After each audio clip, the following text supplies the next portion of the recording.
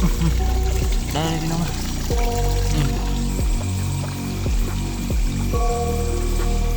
ได้เลยพี่น้องเต่าได้เลย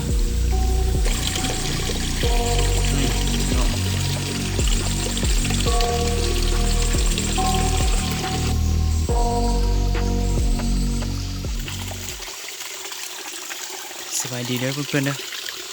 วันนี้สิมาล้อเก็บปูกับ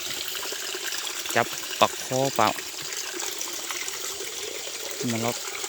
เก็บกับปูกับจับปลาเด้อนี่หากระจับได้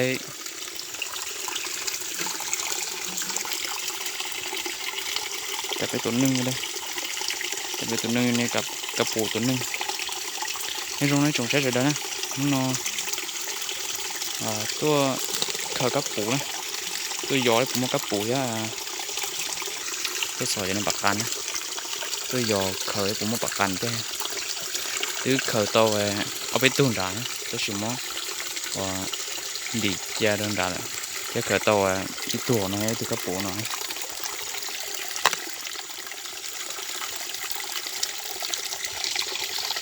sai trên mũi cũng mua gì nữa nó có lúc bạn nó tôi sợ nó có bỏ cho nó thế ôi tụi nó để có gì nữa tụi nó như này phi nông nè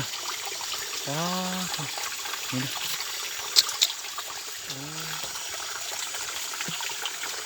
tụi nó như đây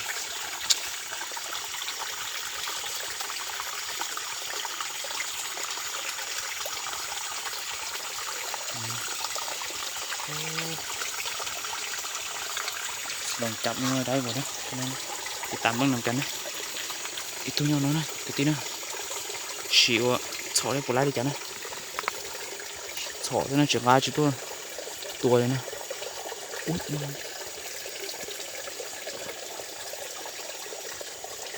út chứ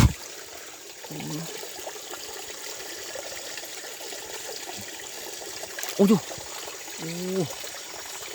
đi về nào nữa kiểu thế nào đó kiểu thế nào đó mà cháu chụp đấy này ông mới chập xưa đây phi nông này mới đã âu nhận mà khá đây mình sẽ chập ôi một đấy sợi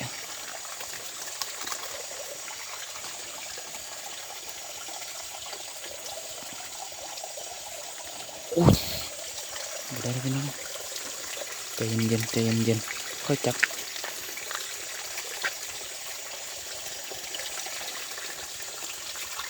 เย็นเลยเดินโจนะพี่นะน้ำเริ่มข้นแล้ว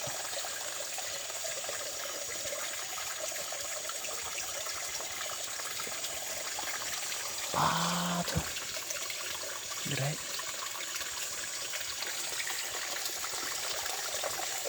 โอ้ตัวนึงนี่พี่น้องโอ้ทำนี้ละ2 ตัวพี่น้องเลยเอาตัวนั้นพี่นะเอาตัวเตยตัวคอตัวน้องร้อนตัวเตยตัวคอตัวน้องร้อนหน่อยนะโฉบได้ปวดไหล่นะ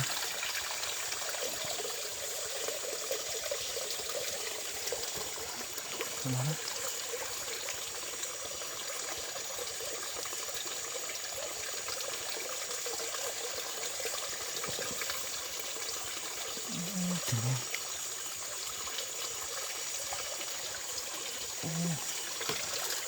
โอ้นี่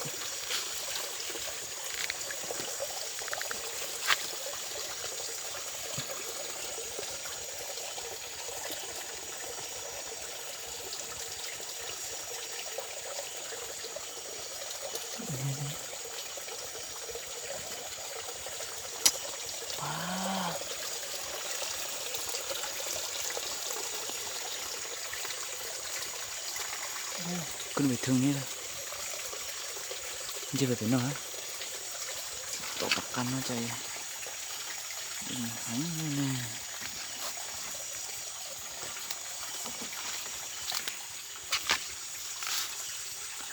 เดี๋ยวรอหน่อย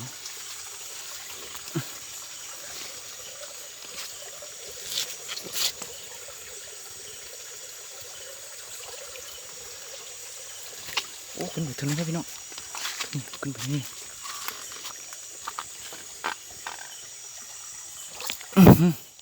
โอ้ได้เลยพี่น้องเนี่ยสมนี้เด้อใช้มือจับเอาเลยเฉาะซะหน่อยพี่น่ะchẳng gái chỉ tốt to tại vì tốt khởi các phụ này vậy chẳng gái chỉ tốt to này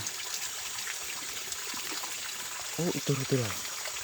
ô tôi nó phải xài lại cái nó cái nó sòng tối à tôi nó om cho nhỉ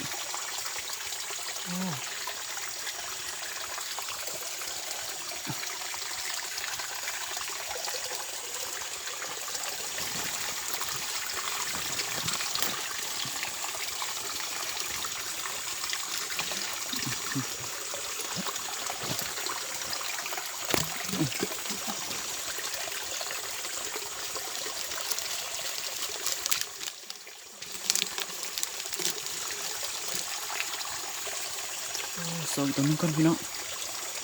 những tụi nó luôn lý bởi như sợ đâu ba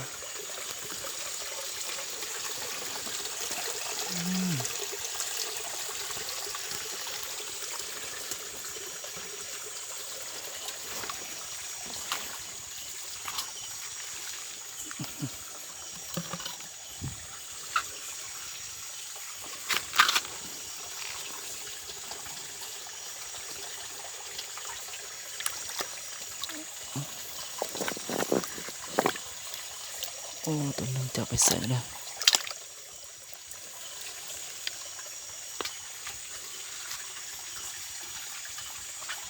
giá mìnhเข้าไปในขุมแล้วนะ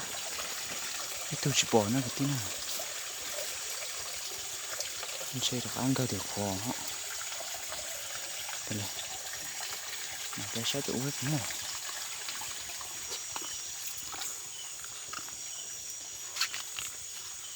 ล็อกไปก่อนล็อกไปเบิ่งว่ามีบ่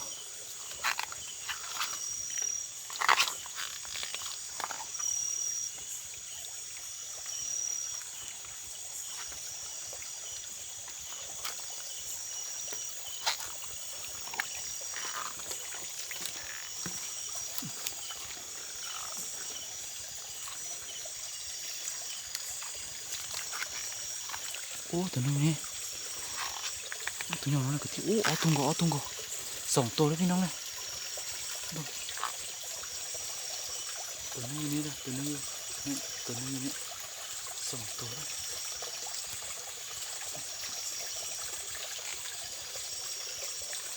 สิลังจับบ้างสิได้เลย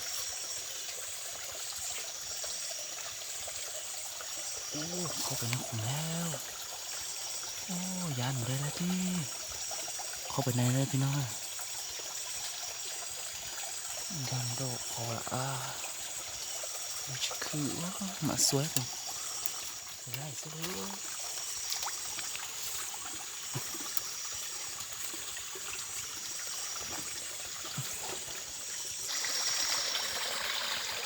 คือพี่น้องเห็นตัวนึงเลยล้อมายึดเทิงนี่นะนี่เห็นตัวนึงเลยนี่เลยปล่อยตัวนะตัวเบ็ดตัวจะมาตัวปล่อยตัวนี้นะสวยสุดแล้ว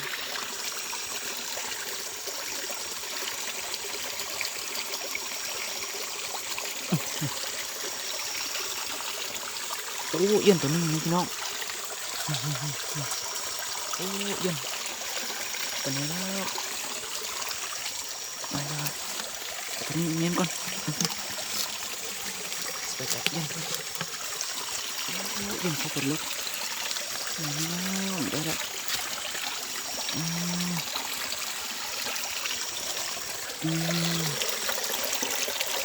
เอี้ยนเขาเป็นโอ้ขอโค้งนี่พี่น้องเอี้ยนเขามานี่ขอโค้งมาลงนี่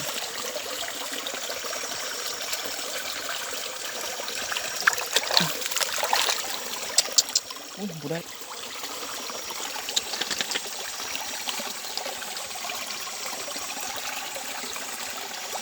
นี่นะครับ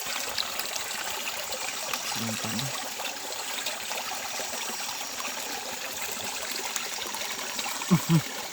ได้เลยพี่น้องอืมอืมโอ้เสียดายเมื่อกี้นี้จับตัวเอี้ยนมาได้เลยกูสีบราดสดตัวเอี้ยนใช่ไหมเอี้ยนโดนโถลีกอย่างโถกายจะเอาโมดิน้องเอี้ยนเข้าไปในนี้แล้วออกมาได้แล้ว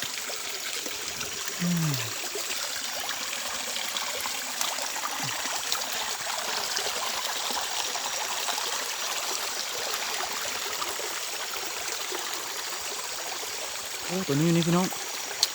พี่น้องนะเห็นไหมพี่น้องนี่โอ้หายไปซะแล้วโอ้นี่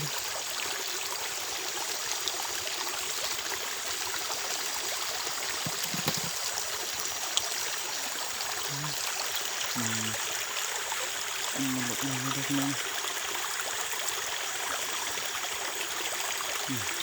ห่วง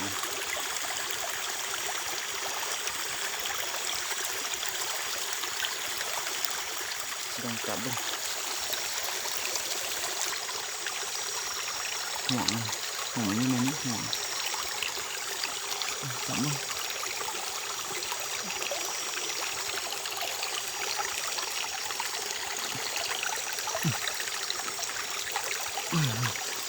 ได้เลยพี่น้องเลย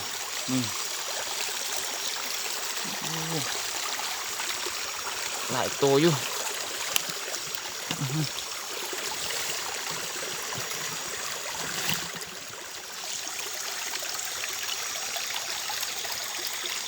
โอ้ตัวนี้นี่พี่น้องนะตัวนี้นะตัวนี้นะหอยพี่น้องเนาะตัวนี้นี่เลยสองตัวตัวนี้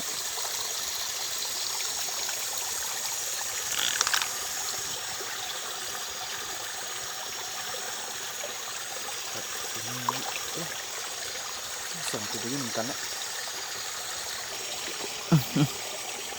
ไอ้ตัวนึงเลยพี่น้องนี่ตัวนี้นี่แหละ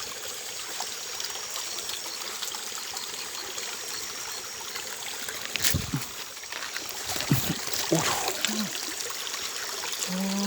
ยบ่ได้เรื่องบ่ได้เรื่องนี่สิมันบ่ได้เรื่องจับตัวที่สองนี่ก่อนตัวนี้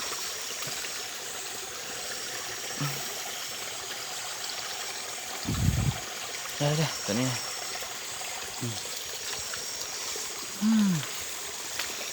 เอามันตายก่อนตายก่อนพอตายแล้วมันหนีไปตลอด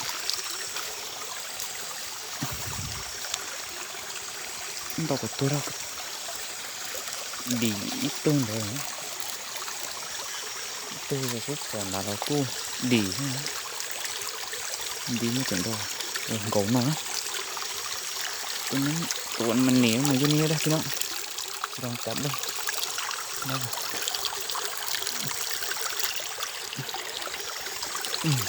ได้ได้เอาให้มันตายก่อนมันบดตายแล้วมันหนีตลอด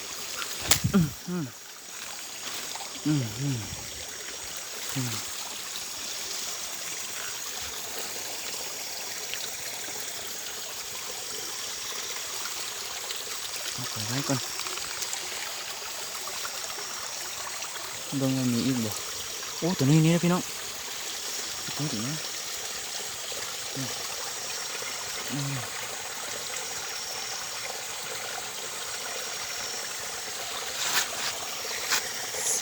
โอ้สองตัวพี่น้อง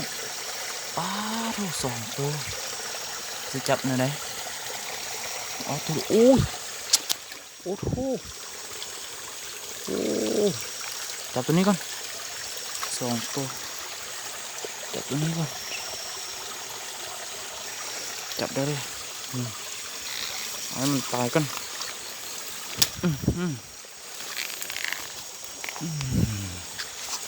มันจะตายแล้วมันหนีตลอด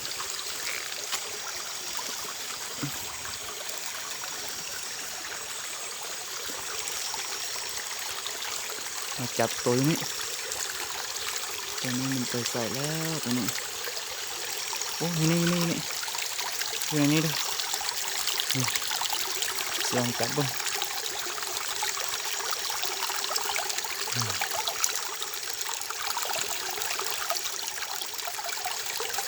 โอ้โหหมอนี่มันจะธรรมดามันจะไปแล้วโอ้โหโอ้โหอ้าทุกระโดดมาพี่เลยโดดมาพี่เลย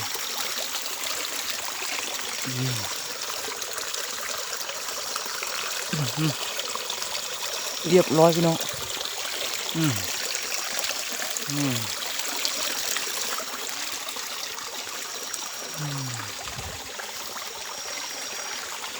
จับได้ละ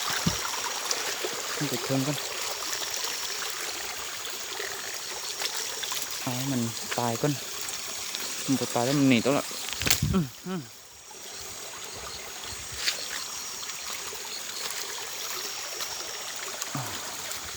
ใส่ล้อทิ้งเลยนะไปยอเป็ดตัวแบบนี้cũngหมดเลยดูตัวนี้ตุกปูนี่hết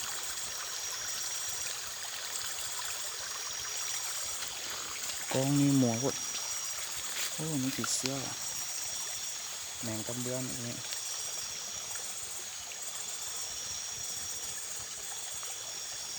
nào thế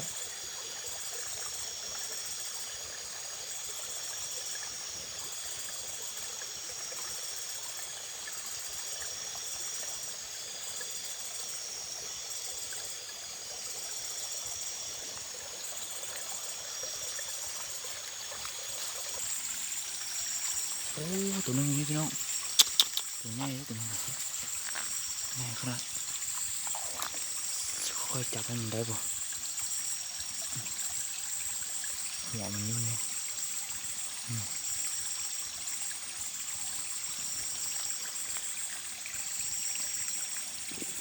ôเขาไปยังบนน้ำลึกนี่ละ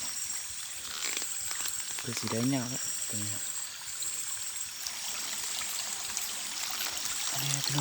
จับไปปูตัวนึงเลย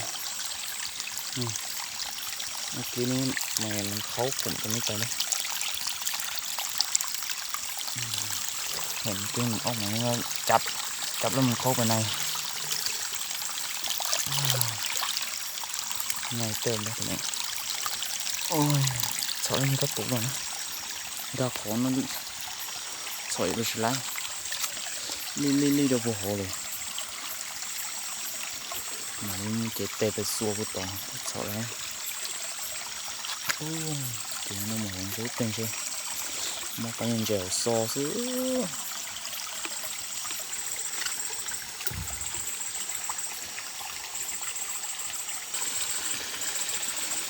cả đấy tụi nó lên cái nó một kiến mình như này lo mặt từng nghe hình như thêm một thành cái đây chặt con gian mình sợ ấy từng gì nữa ô này trang là ngồi phụ à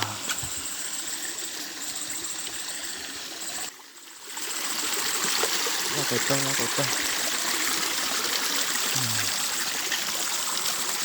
ô hìnhตัวนึงแล้วพี่น้อง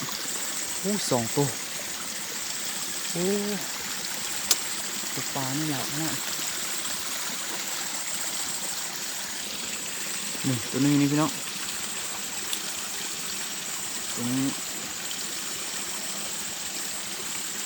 เข้ามันดีในนี้แหละ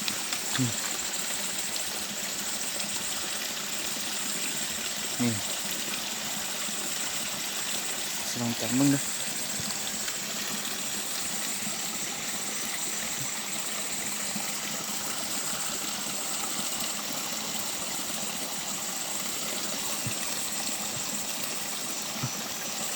โอ้ได้เลยพี่น้องเลยได้ละ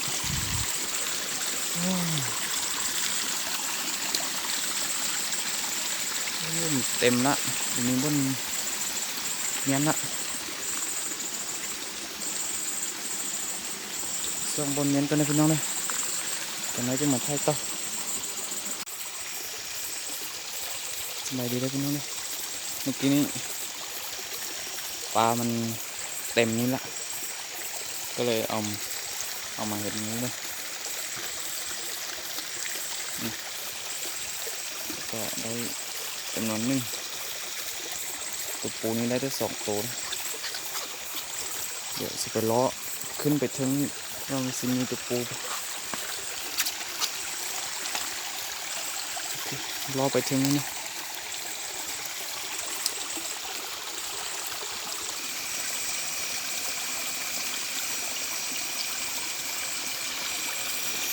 ขึ้นมาถึงนี้นะนึงเห็นตัวนึงอยู่นี่แล้วพี่น้องปลาตัวนี้นี่ห่างปล่อยขึ้นนอนนะถอยแล้วปลา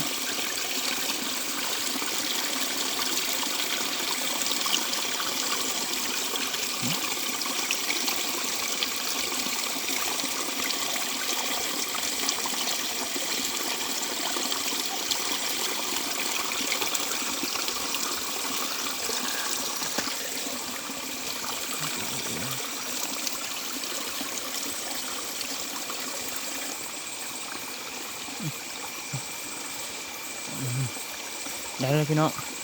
เต่าตัวนี้ง่ายเติมเลยตัวนี้เต่าเกี่ยว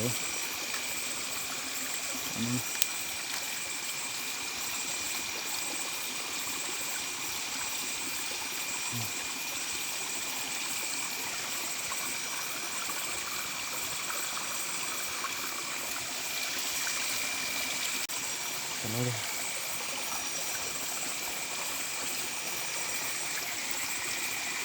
โอเคเราไปเพิ่งดูสิมีบ่ไล่สอไล่เกี่ยวเฮ้ยน่าชวนนะหนู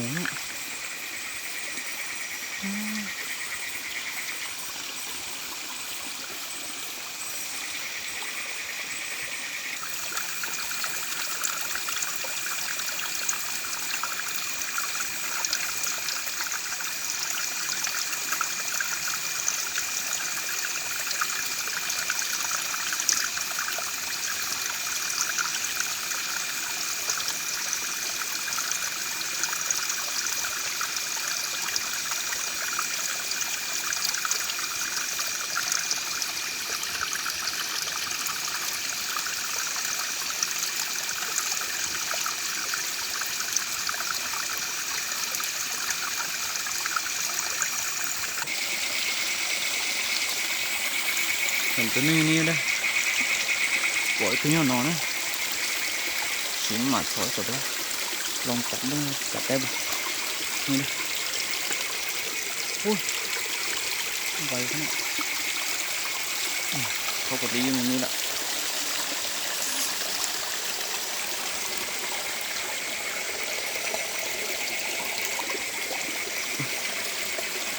ได้แล้วเต่านะ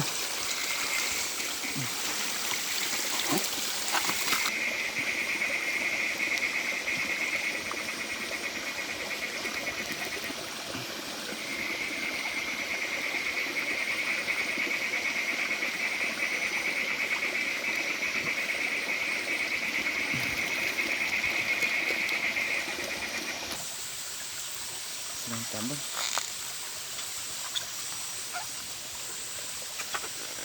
โอ้โหไวขนาดโอ้ตัวหนึ่งตัวใหญ่อยู่นี่พี่น้องโอ้ตัวน้อยอยู่นี่ตัวใหญ่อยู่นี่เด้ออันนี้ไม่ตัวใหญ่ตัวนี้làตัวน้อยจับตัวใหญ่ก่อนจับตัวใหญ่นี่ก่อน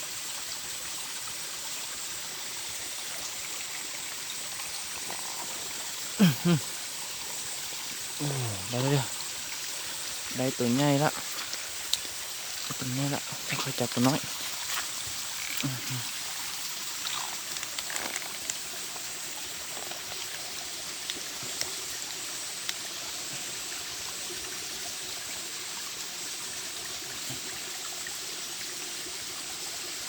2 ตัวตุ่นเลยrồi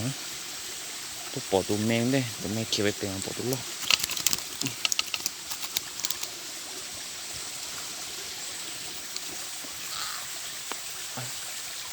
นี่ตัวนึงมีนี่ละ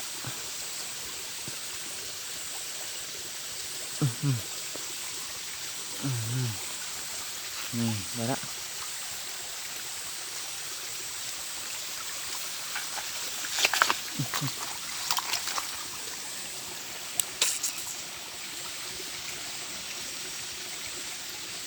กัดมืออีกจนตกเตะ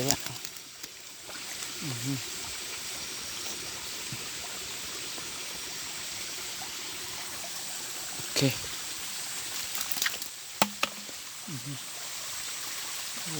น้ำไหลเต็มเลย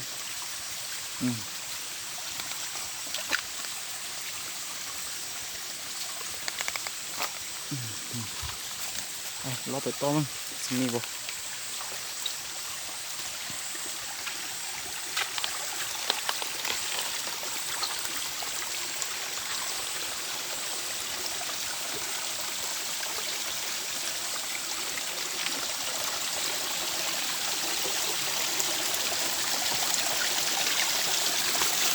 โอ้บ่เห็นมีตัวปูเลยเนาะผมก็ปูนะปูใช้นั่งตัวกระเคินใช้ตาฮะ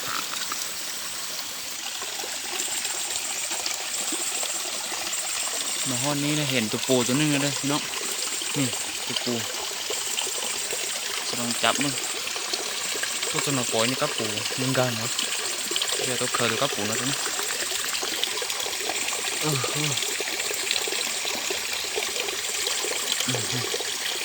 นี่เนาะ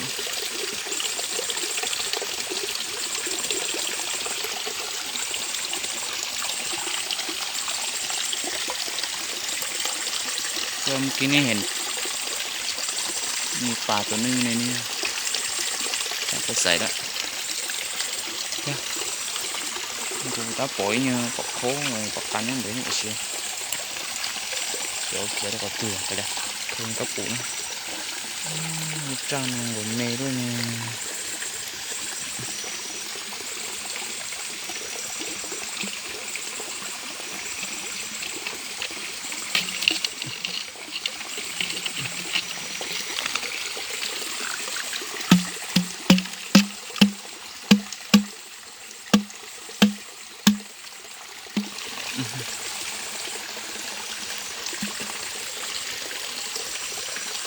ตัวไม้ไผ่เนี่ยค่อยตัดคือว่ามัน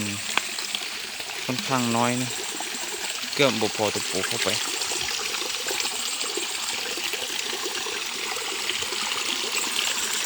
รอไปต้มมั้ง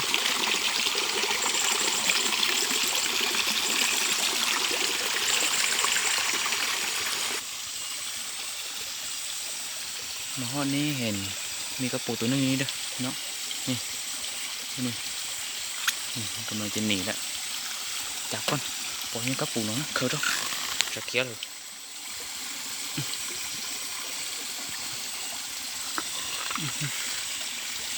โอ้ยนิ่มมือค่อย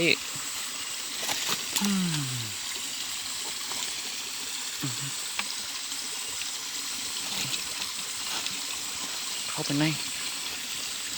เข้าไปใน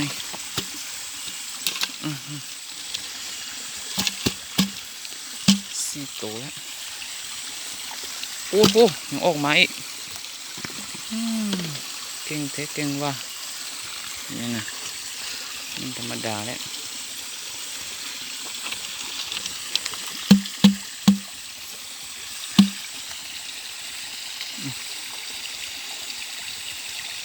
รอไปต่อนี่ก็ปูnó chừng tay té té đấy mình trong nó có tay chỉ mới giòn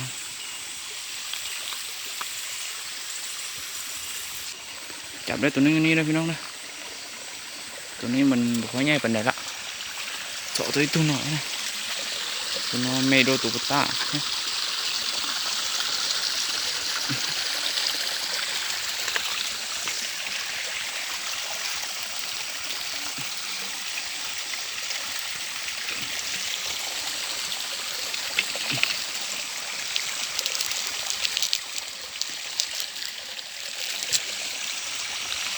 ไปต่อใช้เสียผมหมดนะ อันนี้นะขุมมันนี่มันคดนี่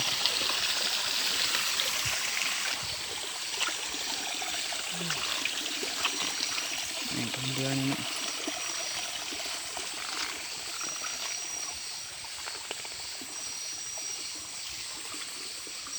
นี่นะปลาตัวนี้อย่างน้อยท้ายมันใหญ่ก่อนตัวนี้น้อยตัวนี้ก็แม่นปลาแต่ท้ายมัน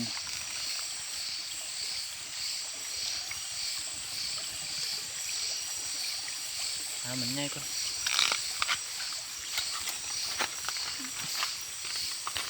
จับได้ตัวใหญ่เฉยจะล่อซะเฉยจะแม่เป็นหูกับล่อซะมาห้อนี้เห็นปลาตัวนี้นี่พี่น้องปล่อยกินเขาโดดน้องนะสมัครฉีดสอยศพไรนะนี่ลองจับเพิ่มจับเต็มบ่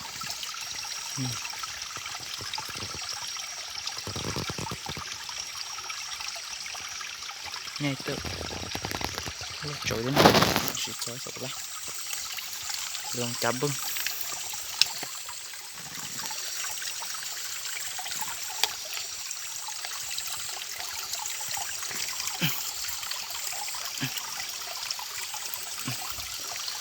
ได้เลยพี่น้องนี่